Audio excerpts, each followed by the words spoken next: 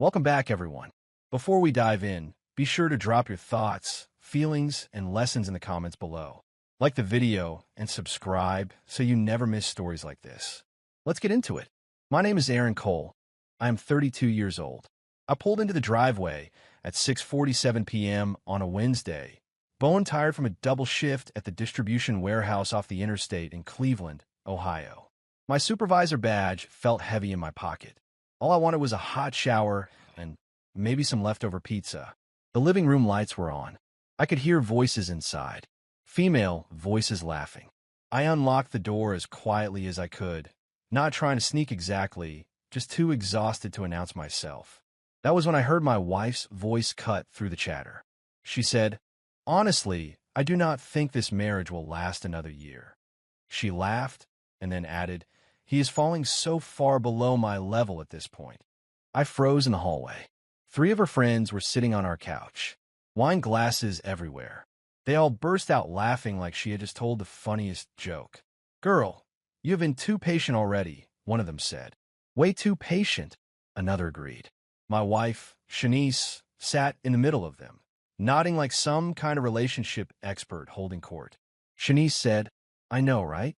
I keep thinking maybe he will step up," but she trailed off with a theatrical sigh that made them all laugh again. I stood there for maybe 5 seconds. My heart was pounding, but my head went completely clear. That strange calm that arrives right before a bridge gives way eased through me.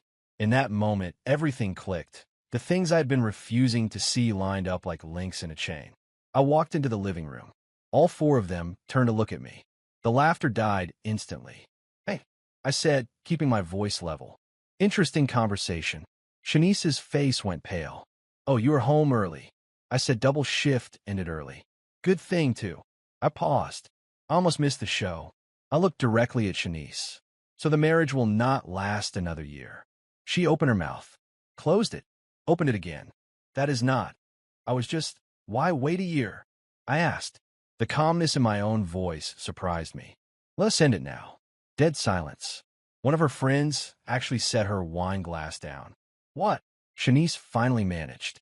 I said, "You heard me. You want out. The door is right there. Or I can leave. Either way works." I pulled my phone from my pocket and checked the time like I had somewhere to be. "What do you think? Should we call this now or keep pretending for 12 more months?" Her friends stared at their laps.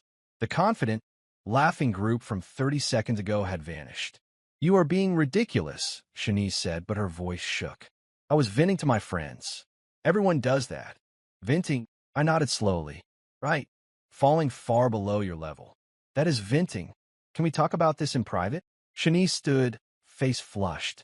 "Why?" I asked. "Your friends already heard the important part. They know I am beneath you." I looked at the three women on the couch. Did I get that right? Beneath her level. None of them met my eyes. I turned and headed for the stairs. Shanice followed, heels clicking on the hardwood. "Where are you going?" "Packing," I said without turning around. "You cannot be serious right now." I stopped on the landing and looked back at her. "You just told your friends our marriage is over. Why would I not be serious?" "That is not what I said." "That is exactly what you said." I continued up the stairs. She followed me into our bedroom, talking the whole time. Something about me overreacting, about girl talk, about me being dramatic. I tuned most of it out while I pulled my duffel from the closet.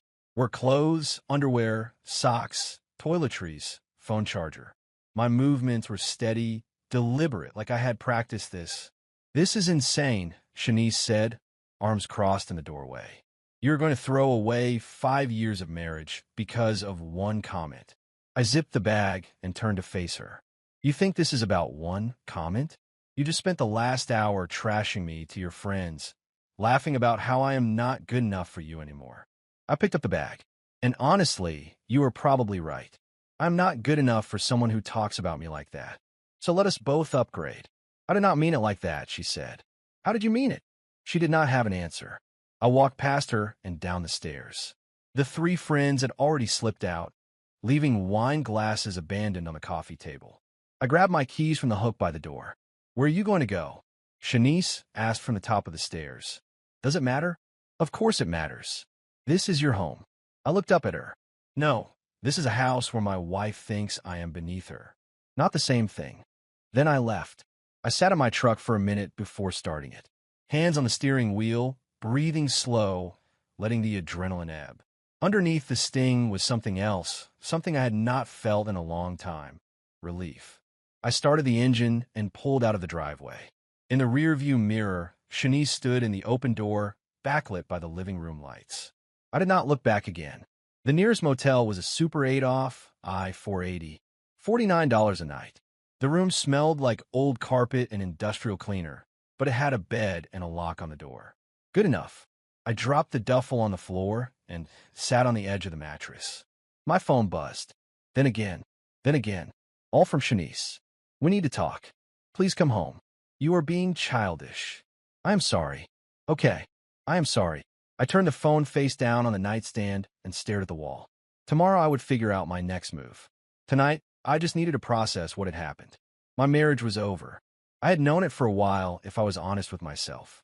Tonight only made it official. The phone kept buzzing. I ignored it. Exhaustion won. I kicked off my boots and lay back. The ceiling had a water stain shaped like the state of Oregon. I closed my eyes. Tomorrow I would deal with everything. I woke up at 6:15 a.m. to my phone vibrating like it was possessed. 23 missed calls. 47 text messages. All from Shanice.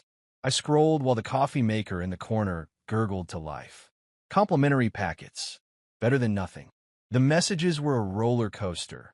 Anger, then apologies, then accusations, then apologies again. The most recent, sent at 4:37 a.m., just said, "Please." I poured the coffee into a foam cup and sat down on the bed. My work shirt from yesterday was wrinkled, but it would do. My shift started at 8. Life does not stop just because your marriage implodes. The phone buzzed again. Different name. Vanessa, Shanice's best friend, the tall one with the short blonde braids who had been on the left side of the couch. We need to talk. It is important about last night. I almost ignored it. Almost. But something made me respond. About what? 3 dots appeared immediately. Not over text. Can I call you? It was 6:23 a.m., too early for whatever this was. But I typed fine. The phone rang 5 seconds later. Vanessa's voice was quiet, nervous. Thank you for picking up. I was not sure you would. Make it quick, I said. I have work in 90 minutes.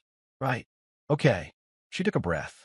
What you heard last night, it was not just venting. She has been planning this. I set my coffee down. Planning what? The divorce. She has been planning it for months. Since February. 5 months ago. Something cold settled in my stomach. Why are you telling me this? Because what she did last night was wrong. And because you need to know what you are walking into. Vanessa's voice steadied. She has been setting you up. Setting me up how? She wanted you to be the one to end it. She has been trying to push you into leaving first, so she could claim abandonment. Make you look like the bad guy. Vanessa paused. She has a whole strategy. Her lawyer told her it would help with asset division if you walked out. My hands went cold. The coffee cup trembled. She has a lawyer already? Since March. His name is Gregory Miles. Downtown. Vanessa sighed. She is documenting things. Writing down arguments. Spinning them to make you look aggressive or neglectful. Building a case. I stood and walked to the window. The parking lot was empty except for a few cars and a semi-truck idling in the corner. Why are you telling me this? I asked again. You are her best friend. Because I was there last night. I saw what she did, humiliating you, laughing about it. That is not okay. Vanessa's voice cracked. And because you have always been decent to me, to all of us. You did not deserve that. I rested my forehead against the cool glass. Does she know you are calling me? Goodness, no. She would lose it. Vanessa gave a hollow laugh. Look, I am not trying to blow up my friendship, but someone needed to warn you. She's playing games. Serious ones. What else? I asked. What do you mean? What else has she been doing, planning? Vanessa went quiet. She has been taking screenshots of her bank account activity. Anything that looks suspicious. She told us you were being secretive with money, but honestly, I think she is just trying to build ammunition. I'm not secretive with money. I pay the bills every month. She knows exactly where everything goes. I know, Vanessa said, but that is not the story she is telling her lawyer. She also told him you have been distant and cold for the past year. that you refuse to work on the marriage. That is not accurate. I know it is not. I have seen you two together. You try. She is the one who has been checked out. Vanessa took a breath. I am recording this call, okay? I need you to know that. I will send you the file. Use it however you need to. Protect yourself. My thoughts sped. You're giving me permission to use this as evidence. Yes, absolutely. I will testify if I have to.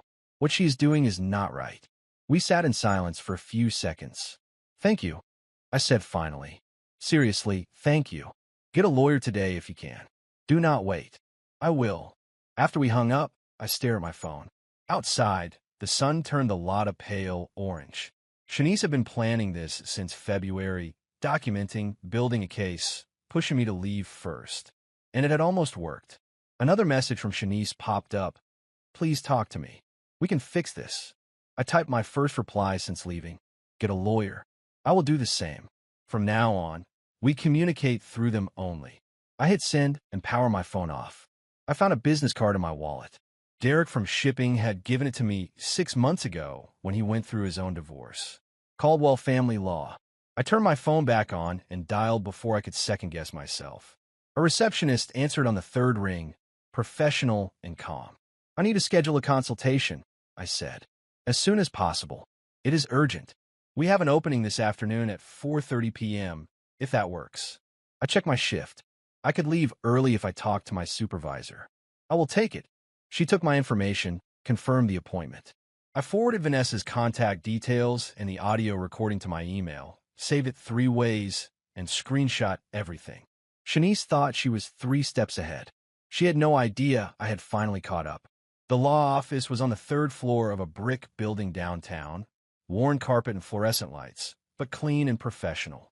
Mr. Caldwell's secretary showed me into a small conference room at exactly 4:30 p.m. He walked in 2 minutes later, mid-50s, gray hair, glasses, the look of a man who had seen every divorce trick in the book twice. Thank you for seeing me on short notice, I said, shaking his hand. Derek spoke highly of you. Said you helped him through some rough patches at work during his split. He sat across from me with a legal pad. Tell me what is going on. I laid it all out. The conversation I overheard, my leaving Vanessa's call, the planning since February, the lawyer, the documentation. Mr. Caldwell took notes, face neutral. Do you have the recording? I played it. He listened without interrupting. When it ended, he leaned back. Well, that changes things considerably. Is it admissible? I asked. She told me she was recording and gave permission to use it. He said, this is a one-party consent state. As long as one person knows, it is legal. He tapped his pen. And she is willing to testify? She said she would. Good. Let's talk assets, he said. Do you own the house? We rent, I said. The lease is in both our names. 2-bedroom place on Maple Avenue. We have lived there 3 years. Vehicles? I have a 2015 Ford truck paid off. She has a 2018 Honda, still making payments. Titles are separate. Bank accounts, joint checking and savings. Around $4,000 in savings, maybe $800 in checking. Any other assets? He asked. Retirement accounts? I have a 401k through work. Started when I made supervisor 2 years ago. Maybe $6,000 in there. She does not have one. She works part-time at a boutique. No benefits. Debt. She has a credit card and store cards. Around $7,000 total. All in her name, but I've been helping to pay them down. You have been making payments on her debt. Yes. She said we were a team. That is what teams do. He just wrote, steady as rain. We went through everything, timeline, income disparity, who paid which bills, how I covered rent, utilities, groceries, and how she spent most of her earnings on clothes and dinners with friends. You said she is documenting things, he said. Do you have documentation of your own? Bank statements going back 2 years. I keep them in a folder. Old habit. Bring those to me. From this moment forward, document every interaction. Every text, every call. Screenshot everything. Email it to yourself. Create a paper trail. One more thing, he said, meeting my eyes. Do not permanently leave the rental property until we sort out the lease. You left temporarily, which is fine. But if you formally abandon the residence, it complicates things. Understand? I understand. Good. I will draft the petition for divorce and have it ready by Monday. We will file immediately and serve her by the end of next week. Based on what you have told me in that recording, I think we can negotiate a very fair settlement. Perhaps better than fair. How much will this cost me? I asked. Initial retainer is $1,500, he said. After that, hourly. Given your situation and the evidence, I do not anticipate this dragging on. She will not want that recording played in court. $1,500. Most of our savings. But what choice did I have? Okay. When do you need it? Friday. I left feeling lighter than I had in 24 hours. When I turned my phone back on, it exploded with notifications. We need to talk. You cannot ignore me. You owe me a conversation. I typed one message. Speak to me only through lawyers from now on. Mine will contact you next week. Her response came back in seconds. Are you serious right now? I did not answer. I drove to the bank and withdrew $1,500 from our joint savings, photographed the withdrawal slip, then transferred the remaining savings to a new account in my name only. Legal, Mr. Caldwell had said, as long as I documented it. I stopped at Target for a new notebook, pens, and a fireproof document box. Paper trail. It felt grim and necessary. By the time I got back to the motel, it was almost 8 p.m. I was exhausted, but there was one more call to make. My supervisor at the warehouse, Mr. Carter, a former Marine who did not tolerate drama but understood when life got complicated, picked up on the first ring. Mr. Carter, do you have a minute? What is up? Personal situation. Going through a separation. Might get messy. If she tries to call the warehouse or show up, I would appreciate it if you told her I am unavailable. He was silent for a moment. I'm sorry to hear that, Aaron. Do you need time off? No, I said. Work is good for me right now. Routine helps. Consider it handled, he said. And if you need to talk, my door is open. Thank you, I said. After we hung up, I sat on the motel bed and opened a notebook. I wrote down everything I could remember from the past 6 months. Conversations, arguments, nights she went out while I worked doubles, the credit card bills I paid without complaint. It was nearly midnight when I stopped writing. My hand cramped. My eyes burned. But I had pages of dates, times, and details. My phone buzzed once more. Another message from Shanice. You are making a huge mistake. I typed back without thinking. The mistake was hearing you tell your friends I was not good enough and pretending it did not matter. Thank you for the clarity. Then I blocked her number. Friday came faster than I expected. I dropped the retainer and bank statements at Mr. Caldwell's office on my lunch break. He reviewed everything while I waited, nodding occasionally. This is excellent documentation, he said. The disparity in spending is clear. She is treating your income as discretionary while contributing minimal amount herself. I never really thought about it that way, I said. Most people do not until it is on paper. He tapped one statement. $400 at Nordstrom in one day. $300 at a restaurant I do not recognize. Meanwhile, you cover rent and utilities alone. I did not respond. Seeing it on paper made it hard to ignore. I will have a petition ready by Monday afternoon. We will serve her Tuesday morning. That fast. No reason to delay. The longer we wait, the more time she has to move assets or create problems. He closed the folder. One thing, though. Are you still at the motel? Yes. You should go back to the house briefly. Legally, you have every right to be there. If you stay away too long, it could complicate things. You do not have to stay, but make your presence known, grab clothes, check the mail. The thought of going back made my stomach knot, but he was right. That evening, I drove back to the house. Her car was in the driveway, lights on inside. I sat in my truck 5 minutes, building nerve. When I walked in, Shanice was on the couch with her laptop and a glass of wine. She looked up when the door opened. You came back. I'm getting more of my things, I said. Hope flickered across her face, then confusion, then something harder. That is it. That is all you are going to say. What else is there to say? I headed for the stairs. She followed. We need to talk. You cannot just throw away 5 years. In the bedroom, I pulled out a larger suitcase and started packing more clothes, my good boots, the silver watch my grandfather left me. Are you even listening? She asked. I heard you, I said. But there is nothing to talk about. You made it clear where we stand. I made a mistake. One stupid comment. I stopped and looked at her. February. What? You have had a lawyer since February.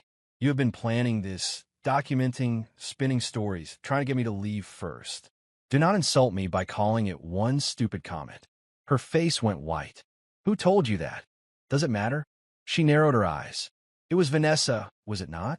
That backstabbing, do not, I said. Do not blame other people for your choices. She switched tactics. Tears pooled. We can fix this. We can go to counseling. We can work through it. No, I said. Just like that. Just like that. I zipped the suitcase. You wanted out. Now you're getting out. Just not on your terms. I walked past her, down the stairs. She was right behind me, voice rising. You are being selfish. Cruel. After everything I have done for you. I stopped at the door and turned. What have you done for me? Honestly, spell it out. She faltered. I have been your wife. I supported you. Supported me how? By spending money we do not have? By complaining about my job while I work doubles to keep us afloat? By telling your friends I am beneath you? That is not fair, she said. No, I said. What is not fair is pretending this marriage is something it is not. You checked out a long time ago. I just did not want to see it. I left before she could respond, threw the suitcase in the truck bed, and drove. 20 minutes later, my phone rang. Unknown number. I almost let it go to voicemail, but answered. Hello. Is this Aaron Cole? A woman asked. Who is this? My name is Lindsay. I was one of the friends at your house Wednesday night. Her voice was careful. I feel terrible about what happened. I wanted to say I am sorry. That whole situation was wrong. I pulled into a gas station parking lot. Okay. She called me today, Lindsay said. She wanted me to back her up, to say you have been terrible to her for months, that you are controlling and aggressive. But that is not accurate. I have never seen you be anything but respectful, patient, even when she was being difficult. Why are you telling me this?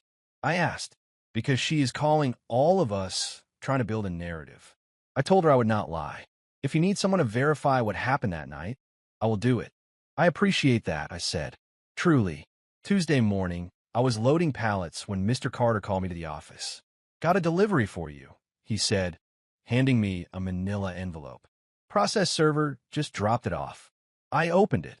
A copy of the divorce petition. Mr. Caldwell had filed yesterday. Shanice had been served this morning. My phone rang before lunch. Her lawyer. I let it go to voicemail and called Mr. Caldwell instead. She got served, I told him. I know, he said. Her attorney already reached out. Wants to negotiate. That was fast. She knows she is in a bad position. The recording, the financial documentation, her friends not corroborating her story. She does not want this going to court. They are proposing a settlement meeting for Thursday. What do you think? I asked. I think we hear them out, he said, but we do not accept anything that is not fair to you. This is not about punishing her. It is about protecting your interests. Thursday afternoon, I met Mr. Caldwell at his office. We went over strategy for an hour before Shanice's lawyer arrived, a woman in her 40s with a sharp suit and a heavier briefcase than I had ever seen. She laid out their proposal. Shanice would take her car and personal belongings, and she would waive any claim to my 401k. They proposed to split the remaining joint funds 50-50. They wanted me to cover her credit card debt. Absolutely not, Mr. Caldwell said before I could speak. That debt was incurred by her for her expenses. My client has documentation showing he already paid thousands toward it. She can handle the rest. The attorney said, my client is only working part-time. She cannot afford. Your client has a bachelor's degree and 10 years of work experience, Mr. Caldwell said. She is capable of full-time employment. He slid a folder across the table. These are statements showing how the joint funds were spent. Restaurant bills, shopping trips, spa days.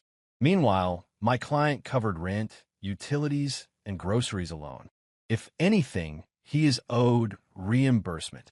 Shanice's lawyer flipped through the pages, her expression tightening. We are willing to negotiate, she said finally. So are we, Mr. Caldwell said. But not on the debt. She keeps it. She also covers her own legal fees. They went back and forth for 20 minutes. Finally, they agreed on terms. Clean split. No spousal support either way. She would take her car and her debt. I would keep my truck and my 401k. Joint accounts split evenly. We would break the lease early and split the penalties. It was not perfect, but it was fair. More importantly, it was almost over. We will draw up the paperwork, the attorney said, packing up.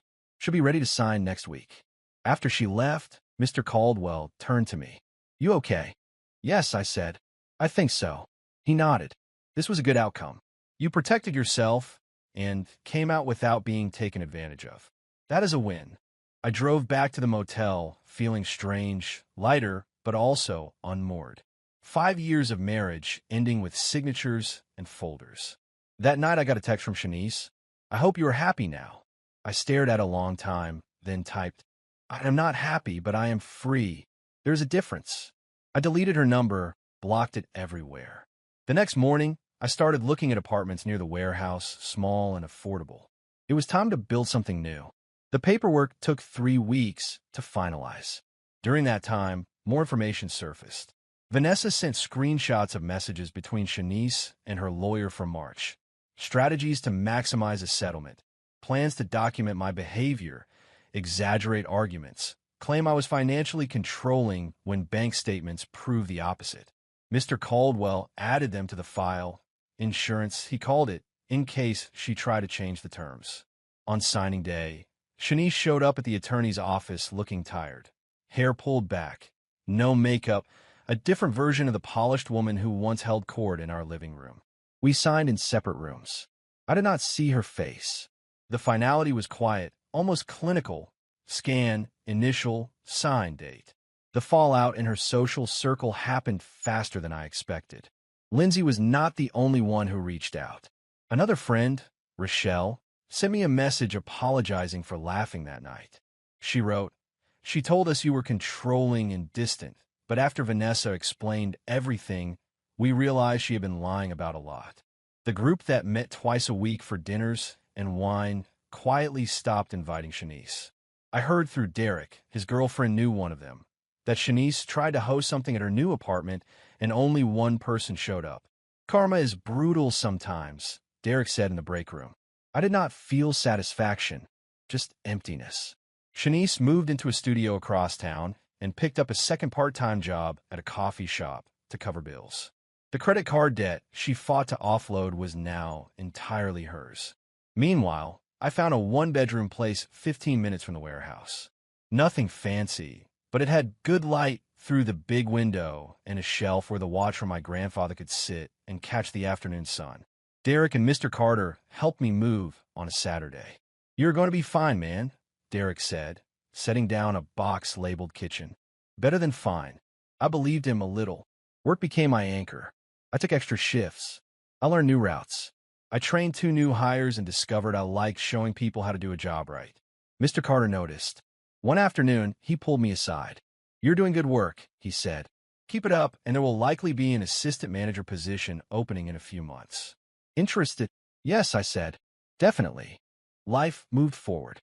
2 months after the divorce was finalized, I was grabbing lunch at a Panera near work when I heard my name.